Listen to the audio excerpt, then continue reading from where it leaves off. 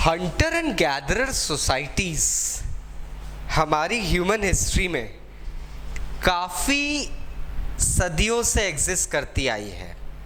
Undoubtedly इस point पे कोई दो राय नहीं है। हमें बहुत सारे एविडेंसेस मिलते हैं that actually prove that humans had started hunting, foraging, scavenging for food through thousands of years of time period that has spent. Hello there friends, Kevin Lopez, personal tutor, standard 11th history section 1 आपके साथ discuss कर रहा हूं। एक conclusive major आज हम इस पे लेने वाले हैं about the existence of the hunters and the gatherers. Humans ने टूल्स बनाना शुरू कर दिया। प्राइमेट से इवॉल्व होके होमो हेबिलियस, होमो सेपियंस, होमो इरेक्टस में आ गए, ऑस्ट्रेलोप्थिकस में आ गए। टूल्स बनाना सीख लिया, कम्युनिकेशन करना सीख लिया। अब उन टूल्स का यूज़ कहाँ करें, तो प्रॉबेबली हंटिंग वगैरह भी शुरू करी फूड गैदरिंग के लिए।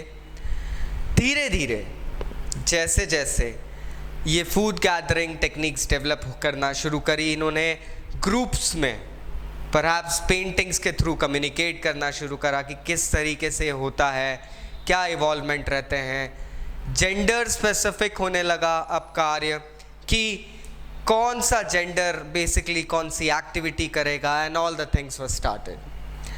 अब यहाँ पे हंटर गैदरर सोसाइटी के एविडेंसेस मिलने में भी कुछ डिबेट्स आने लगे।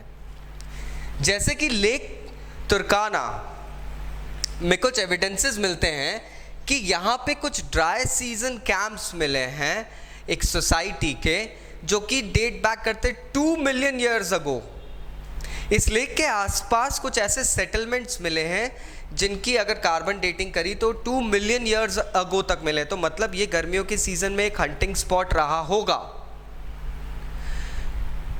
और ये इसलिए भी कोरिलेट किया जाता है क्योंकि सम ट्राइब्स लाइक हसदा एंड कुंगसान अभी भी इस टाइप की हंटिंग और गैदरिंग टेक्निक्स में लगी हुई है। They still practice them. तो एविडेंसेस आते हैं कि प्रॉबेबली ये टेम्पररी साइट्स कुछ हंटिंग या गैदरिंग एक्टिविटीज़ के लिए बनाई जाती थी।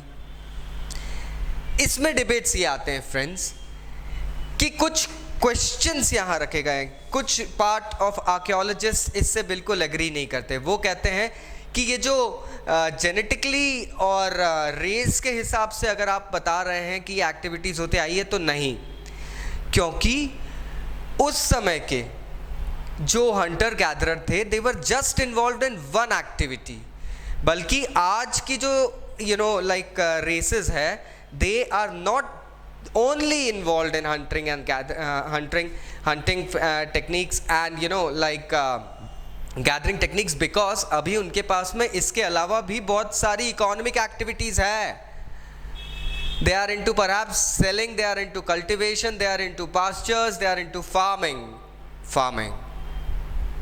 एक बहुत इंपॉर्टेंट चीज, फार्मिंग से हमें यह समझ में आता है कि अब ह्यूमंस सेटलमेंट्स की तरफ ग्रो करने लगे हैं। ये वो पीरियड नहीं है जब सेटलमेंट्स होते थे।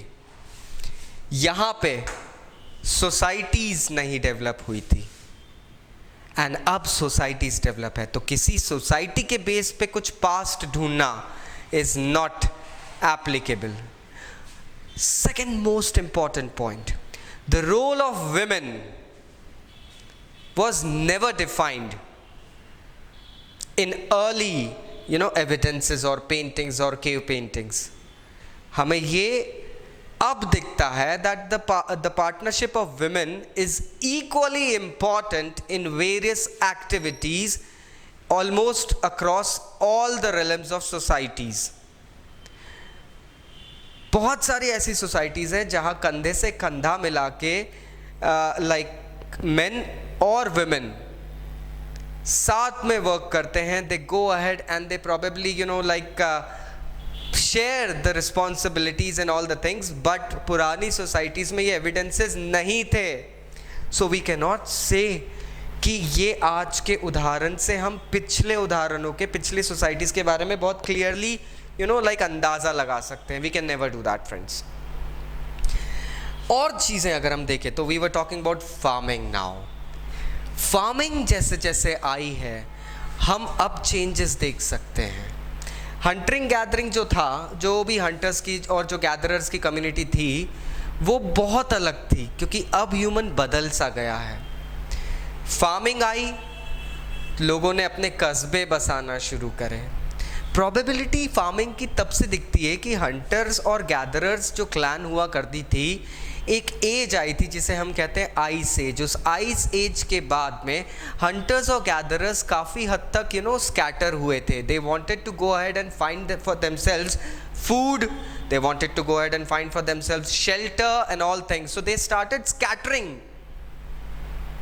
और इस scattering situation में they reached to far and distant places that were probably suitable as a habitat for them. It all started there. Then they went ahead and changed the history. क्योंकि ये settlements वगैरह आ गए थे, इसके बाद villages form होने लगे. Villages में सोसाइटीज़ बनती थी, सोसाइटी में लोग रहते थे, और धीरे से फिर सिटीज़ डेवलप होने लगी.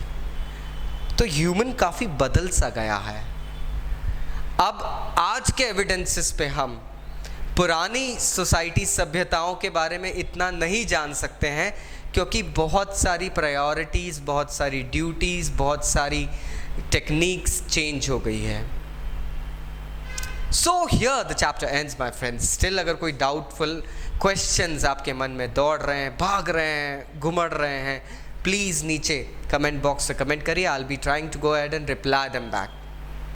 और आपको एक चीज़ और बता दूँ that we have successfully started taking online classes for thousands of our students across the country.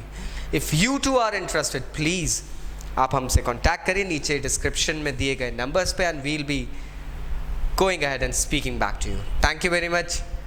See you again. Take care. Bye bye.